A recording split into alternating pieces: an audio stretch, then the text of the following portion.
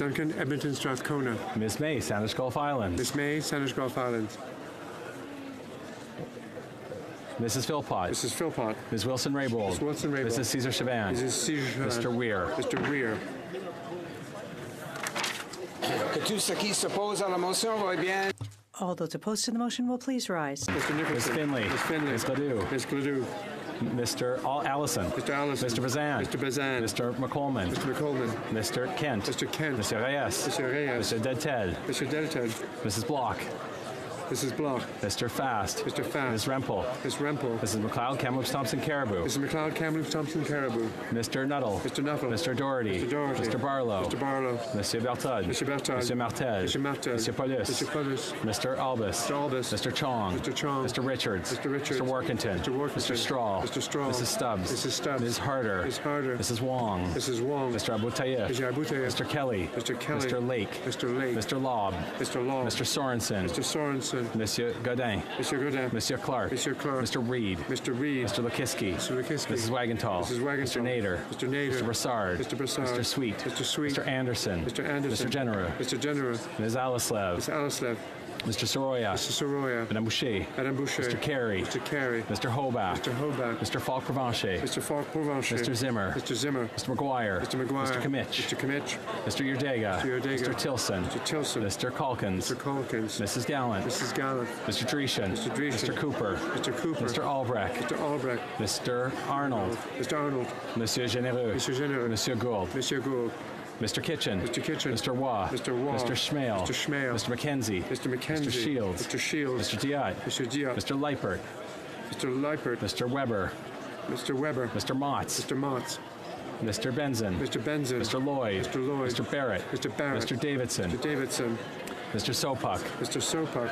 Mr. Van Kesteren. Mr. Van Kesteren. Mr. Shipley. Mr. Shipley. Mr. Glinsky. Mr. Glinsky. Mr. Miller, Bruce Gray, Owen Sound. Mr. Miller, Bruce Gray, Owen Sound. Mr. Trost. Mr. Trost. Monsieur Plamondon. Mr. Plamondon. Monsieur Marcel. Mr. Marcel. Monsieur Thériault. Mr. Thériault. Madame Posé. Madame Posé. Madame Gill. Madame Gill.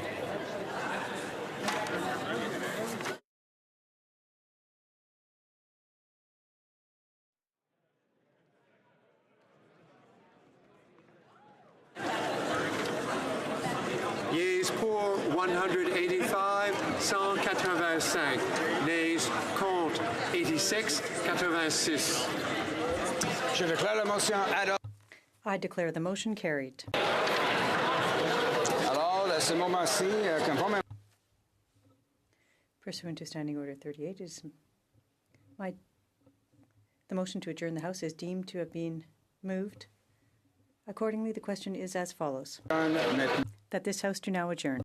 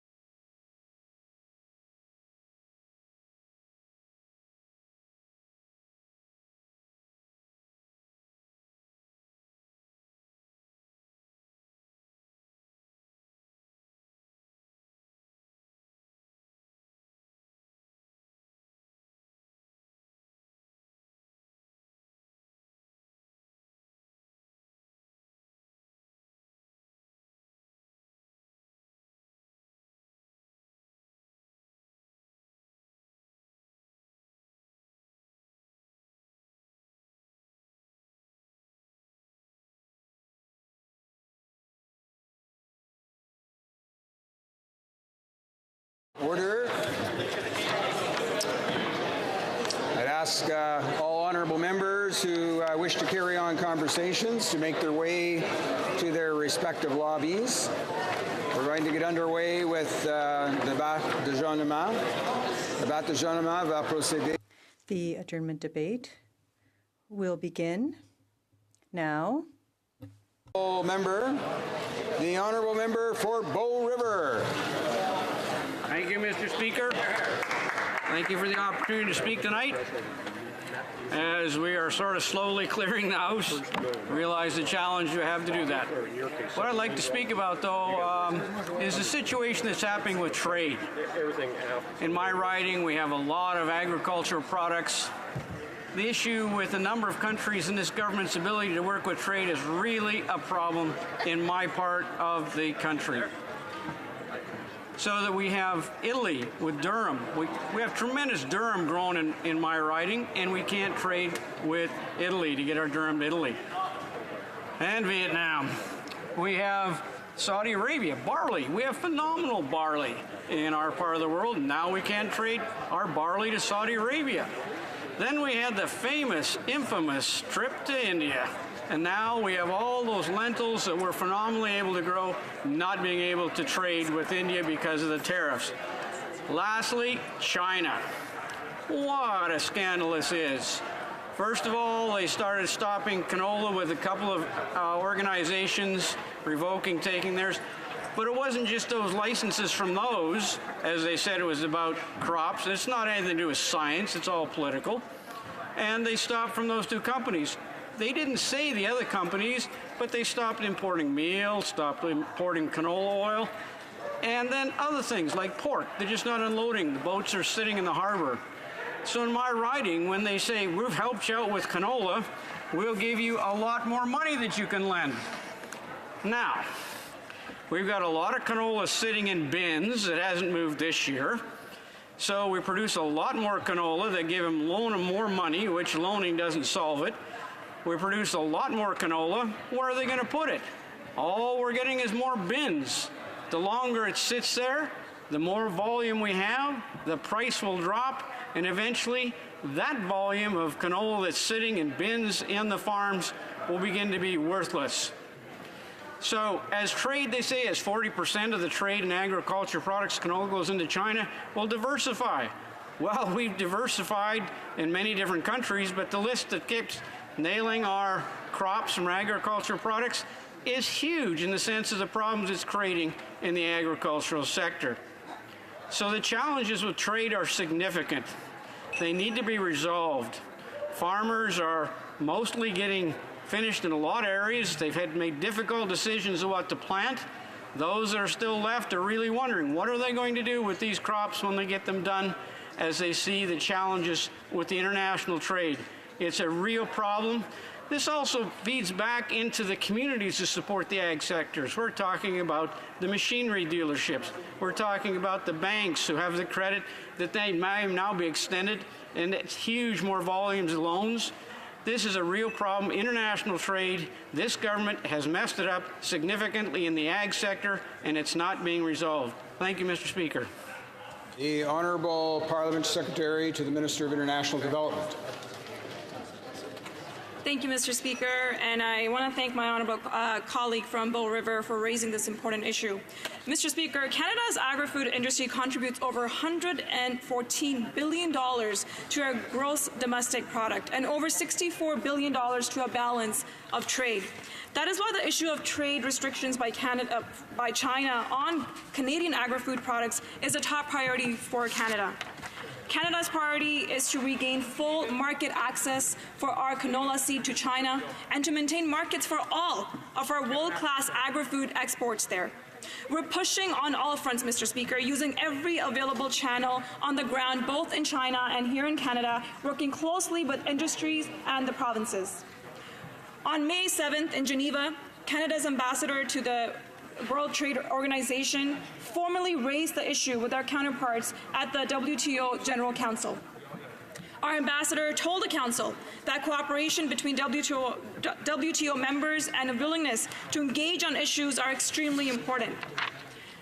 Canada has been working hard to resolve this issue with China. We have been and remain open to working constructively with our Chinese counterparts. We have repeatedly asked China for the scientific evidence that supports its findings. But unfortunately, Mr. Speaker, China has not been forthcoming to date in providing this information.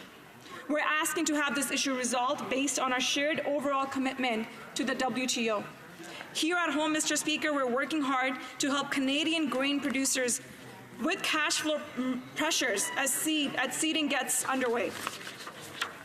The agriculture industry asked us to expand the advance payments program and to help producers manage cash flow, and Mr. Speaker, we have delivered.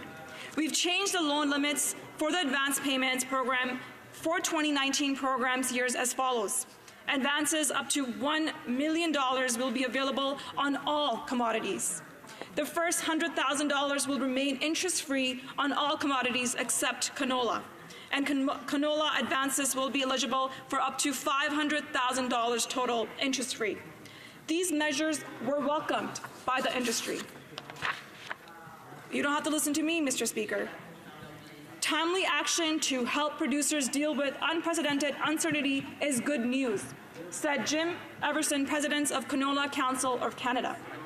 In addition, Mr. Speaker, federal and provincial governments agreed to extend the agri-stability enrollment deadline by 2 months without penalty from April 30th to July 2nd, 2019.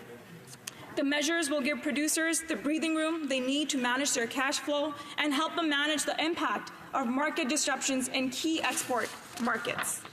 At the same time, Mr. Speaker, the industry is urging us to continue to diversify our trade in global markets and to give our growers access to more market for their crops and to reduce the risk of market closures. Mr. Speaker, as we already know, the minister is meeting with her counterparts to discuss the importance of rule-based trade, market access for all Canadian agri-food products, and as well as opportunities resulting from CPTPP and CETA, Mr. Speaker. Mr. Speaker, we're listening to our farmers, we're listening to Canadians, we're delivering, and we're with our farmers every step of the way. Thank you, Mr. Speaker. Honourable member for Bow River. I thank my colleague for her comments. Yes, and I actually speak with those farmers. They actually live in my riding, and they're not happy with their organization. They're writing letters to their organization. They're calling me. They're very upset. They don't need any more debt. They need actions. We need an ambassador in China. This is not about science. It's about a person sitting in custody in Toronto, in Vancouver. It's not about science. We all know it's not about science. Quit talking about science. We need a political solution to this. We need the money taken away from building pipelines in Asia. Bring it back and build the pipelines here. This is what we need. We need things done politically. It's not about science, and the farmers know that. Thank you, Mr. Speaker. The Honourable Parliamentary Secretary to the Minister of International Development. Thank you, Mr. Speaker. Mr. Speaker, we understand that strong collaboration and ongoing dialogue between industry and governments is vitally important to resolve this issue. This is why we have set up a working group that includes key industry and government representatives. The group is meeting weekly, Mr. Speaker. It will ensure a coordinated and a collaborative approach towards resolving this market access issue. We know that, Mr. Speaker, maintaining markets of our high-quality Canadian canola means more money in the pockets of our farmers and our jobs, and that's exactly what we're doing, Mr. Speaker. We stand by our farmers. We stand by Canadians, Mr. Speaker. We have diversified trade, Mr. Speaker. Mr. Speaker, 2/3 of global economy is thanks to us. You know, we have agreements with literally Canada is the only country that has agreements with every other G7 country, Mr. Speaker. We signed CETA, we signed CPTPP, we signed NAFTA, Mr. Speaker. Mr. Speaker, we have delivered for Canadians. This is exactly what Canadians expected us to do, and this is exactly what we're doing. Thank you. The Honourable Member Saint-Hyacinthe-Bagotte. Mr. Speaker, on March 15th in Saint-Hyacinthe, hundreds of young people took to the street to wake this government up about the urgency of fighting climate change. There were 150,000 of them in Montreal. And around the world, there are millions of citizens, especially young people, marching for climate. I was in Montreal on Friday, and I want to congratulate all of the young people who took part in the demonstration and who will continue to do so. But I can't congratulate this government, except perhaps for their incredible investment in greenwashing, instead of actually investing in a functioning ecology. Giving $12 million to support the Keystone XL project or buying the Trans Mountain Pipeline are just examples of ways that this government is hiding behind lovely rhetoric but isn't actually protecting the environment. This is urgent. We need infrastructure that is greener and more sustainable. The Liberals are making a lot of nice promises, but they're not actually taking concrete steps toward those goals. Now, speaking of promises, after 3 years of inaction, the Liberals are saying that they're finally ready to spend on infrastructure. Well, it's high time. But now we're in an election year. I guess that's why it took so long. We need to build infrastructure according to sustainable criteria. So this means that environmental, economic, and social costs need to be taken into account, as do considerations for maintenance and restoration. There are local initiatives that exist. For example, the initiative at Carrière-Saint-Dominique in my riding. I invite the minister to come meet Jacques Sylvestre, the president of CA, Jean Dubreuil, and David Jodoin from the Carrière Saint-Dominique. They're a great example of sustainable innovation. Infrastructure developed with their processes are innovative and should inspire everyone, including the federal government. We need to support these kinds of ideas. As I've already said, we need to include sustainable development as a criteria when awarding federal contracts.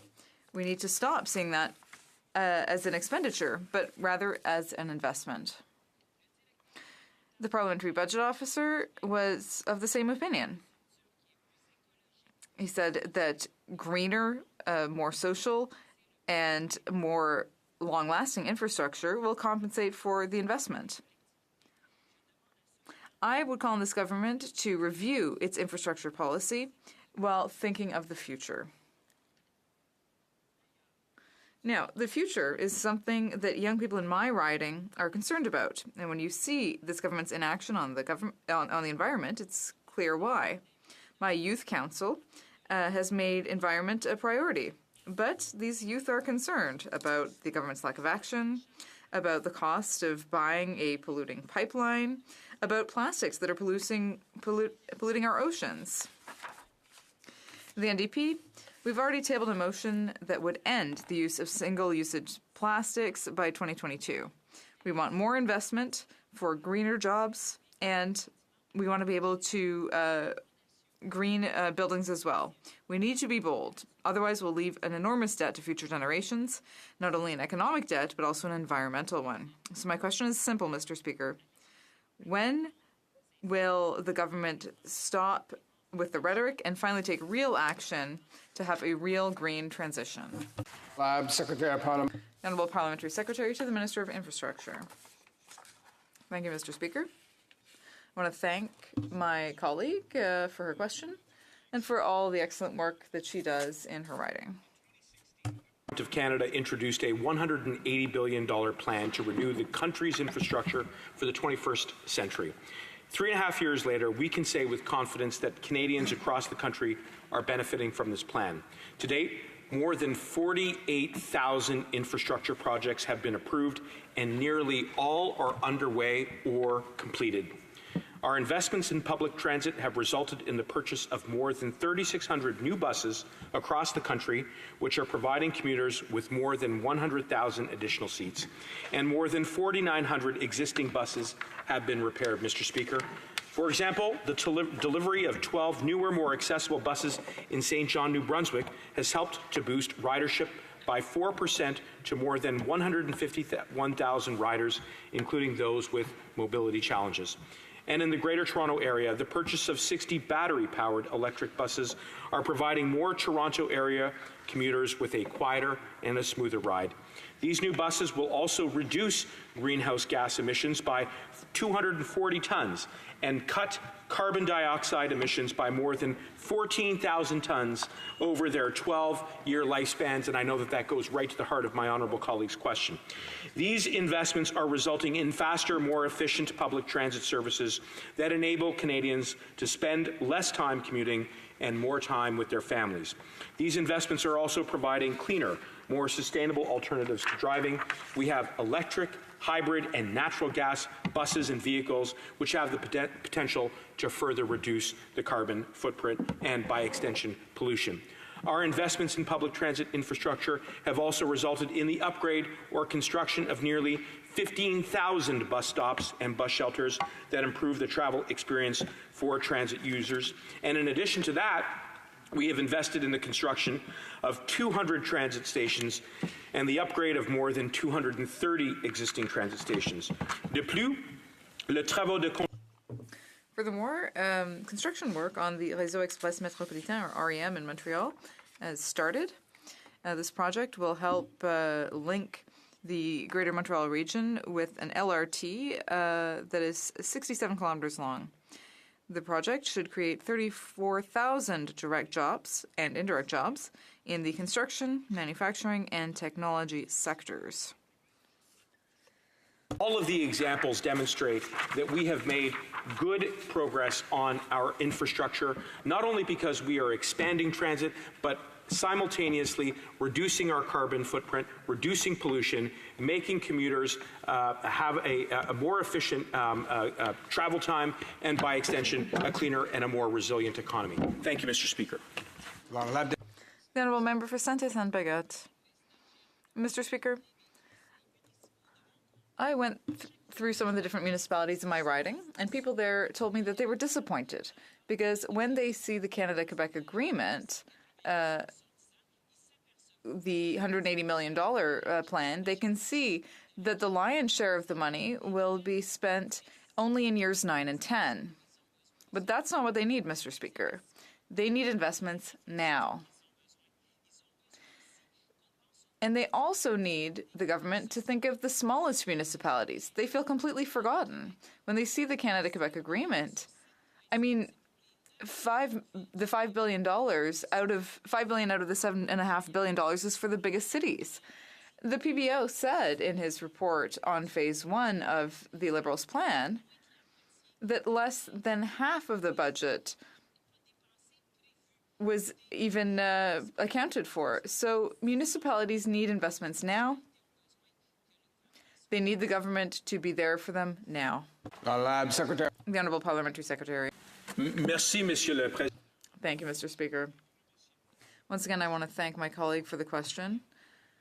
I want to say that with our government, we have signed a historic agreement worth $7.5 billion with the province of Quebec.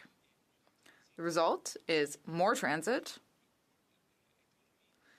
a greener economy, and a more sustainable economy. Mr. Speaker, we are adding to infrastructure in my honourable colleague's riding.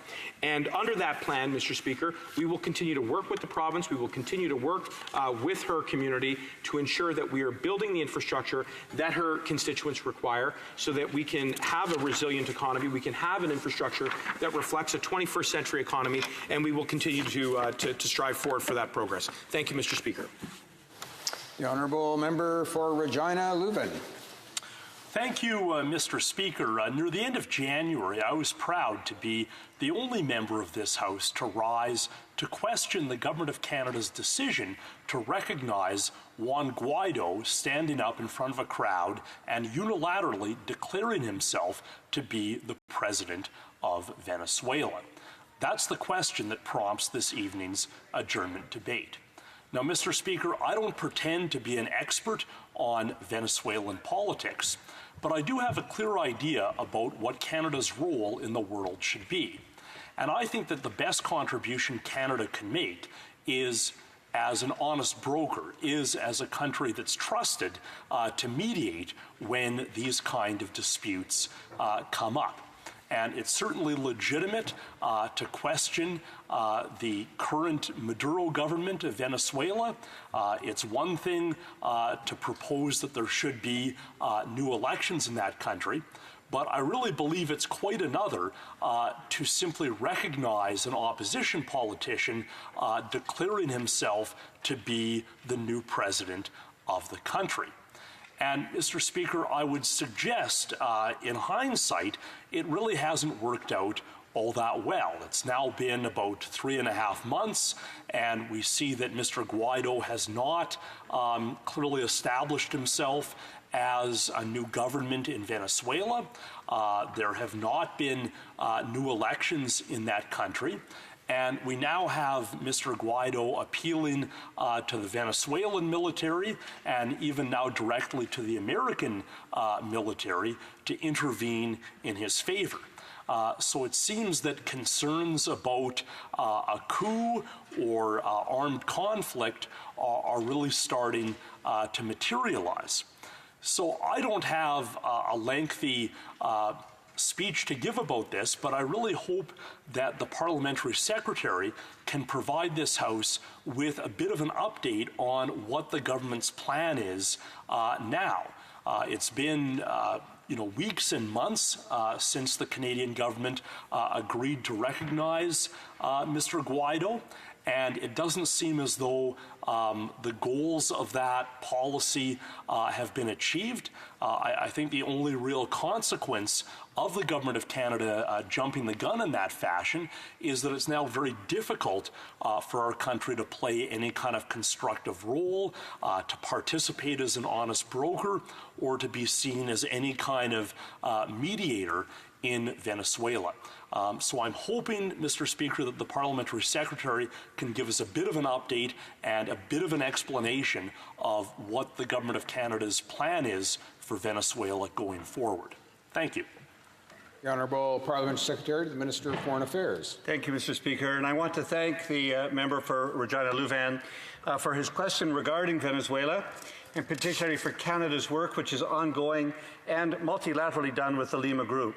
Venezuelans continue to take to the streets demonstrating their desire for a return to democracy, even in the face of a violent crackdown.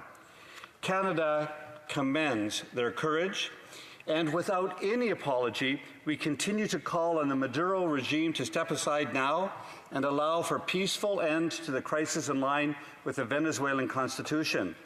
It's time for Venezuela, in line with its own laws, to return to democracy.